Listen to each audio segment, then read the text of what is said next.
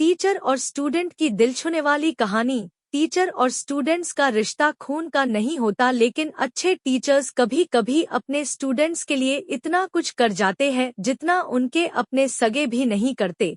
आज आप ऐसी ही टीचर और स्टूडेंट की खूबसूरत कहानी पढ़ेंगे जो आपके दिल को जरूर छू जाएगी। स्कूल में 20 से ज्यादा टीचर्स थे, लेकिन लता टीचर में कुछ तो खास था। वह बच्चों की सबसे फेवरेट टीचर थी। जहां बाकी टीचर्स क्लास लेते तब बच्चे काफी शोर करते या पढ़ाई में ध्यान ना देते, वही बच्चे जब लता टीचर क्लास लेती तब एकदम शांत हो जाते और वो जो भी सिखाती उसमें खो से जाते। लता टीचर एक बार अपने क्लास के बच्चों को कृतज्ञता यानी कि ग्रैटिट्यूड के बारे में सिखा रही थी। टीचर ने बोर्ड पर ग्रैटिट्यूड शब्द लिखा, उसके बारे में सभी बच्चों को समझाया और बाद में हर एक बच्चे को एक एक पेपर देकर उस चीज या व्यक्ति की ड्राइंग करने के लिए कहा जिनके बारे में बच्चों को लगता हो कि वह उस चीज या व्यक्ति के एहसानमंद है। 8 से 9 साल के सभी बच्चे खुशी खुशी अपने अपने पेपर पर अपने समझ के हिसाब से चीजों, जानवरों या इंसानों की ड्राइंग करने लगे। लता टीचर ने खुश और मजे से चित्र बना रहे सभी विद्यार्थियों से कहा कि आपको बहुत मजा आएगा, क्योंकि आप जो भी चित्र बनाएं आपको क्लास के सामने दिखाना है और आप क्यों अपने आप को उसके आभारी मानते हैं, यह सारे क्लास को बताना है। तकरीबन 15 से 20 मिनट बीतने के बाद सभी बच्चों ने पेपर पर चित्र बना लिए थे।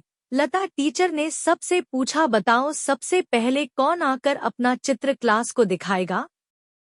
सबसे पहले निता नाम की लड़की अपना चित्र दिखाने के लिए तैयार होकर सबसे उठी। टीचर के पास आकर अपना चित्र दिखाते हुए बोली, मैंने कुत्ते का चित्र बनाया है। मैं मेरे घर में जो कुत्ता है उसकी आभारी हूँ, क्योंकि वह मेरा सबसे अच्छा दोस्त है। जब मैं घर रहती हूँ तो वह मेरे साथ खेलता है और उसके साथ मुझे बहुत मजा आता है। सारे क्लास ने उसके लिए तालियां बजाई। लता टीचर ने पूरे क्लास को बताया, हमें जानवरों के साथ अच्छा व्यवहार करना चाहिए। दूसरे नंबर पर अनिल नाम का लड़का खड़ा हुआ। उसने अपना चित्र दिखाते हुए कहा कि मैं अपने आंगन में लगे उन 3 पेड़ों का आभारी हूँ जो मुझे और मेरी फैमिली को ऑक्सीजन देते हैं। लता टीचर ने उसे शाबाशी दी और सारे क्लास को यह बताया कि हमें सिर्फ उन 3 पेड़ों के नहीं बल्कि पृथ्वी के सारे पेड़ों के एहसानमंद होना चाहिए। यह सिलसिला चलता रहा। किसी बच्चे ने चॉकलेट का चित्र बनाया था तो किसी ने अपने खिलौनों का। जितने मासूम वह बच्चे थे उतने ही मासूम उनके विचार थे। सभी को बहुत मजा आ रहा था। लता टीचर की नजर अजय पर पड़ी, जो चुपचाप अपना चित्र हाथ में लिए शांत बैठा था। शायद वह नर्वस था और क्लास के आगे नहीं आना चाहता था। लता टीचर ने अजय को अपने पास बुलाया, उसका हौसला बढ़ाया और उसे अपना चित्र क्लास के आगे दिखाने के लिए कहा।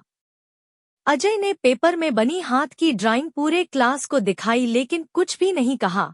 तब लता टीचर ने क्लास के बाकी बच्चों से कहा कि चलो तुम सब गेस करो कि यह हाथ किसका हो सकता है।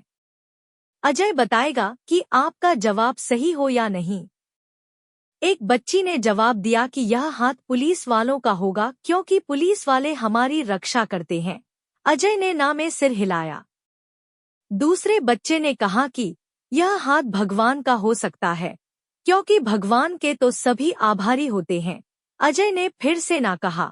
अगले बच्चे ने कहा यह हाथ अजय का है, क्योंकि वो अपने हाथों का आभारी है। अजय ने उसे भी ना कहा।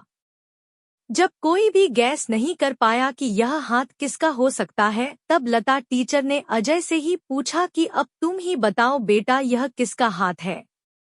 अजय उस चित्र को टीचर की ओर दिखाता है और कहता है, टीचर ये आपका हाथ है। मैंने आपका हाथ इसलिए ड्रॉ किया है क्योंकि आपने हमेशा इन हाथों से मुझे कुछ ना कुछ नया सिखाया है। जब एक बार मैं झूले से गिरने वाला था तब आपके इन्हीं हाथों ने मुझे गिरने से बचाया था। जब मैं अपना होमवर्क ठीक से करता था तो आप इन्हीं हाथों से मेरे सिर पर हाथ रख मुझे शाबाशी और आशीर्वाद देती थी, और जब भी मैं किसी भी कारण से रोता तो आप इन्हीं हाथों से मेरे आंसू पोंछती, इसलिए मैं आपके हाथों का आभारी हूँ। अजय की बातें सुन लता टीचर की आंखें भीग गई और उन्होंने अजय के सर पर प्यार से हाथ घुमाया और उसे गले लगा लिया। दोस्तों, दुनिया में सभी लोग समान हैं। सभी को एक समान सिर, पैर, आंखें, कान, नाक और बाकी के अंग है, लेकिन जो सबके पास अलग अलग है वो है लोगों की सोच, उनका स्वभाव।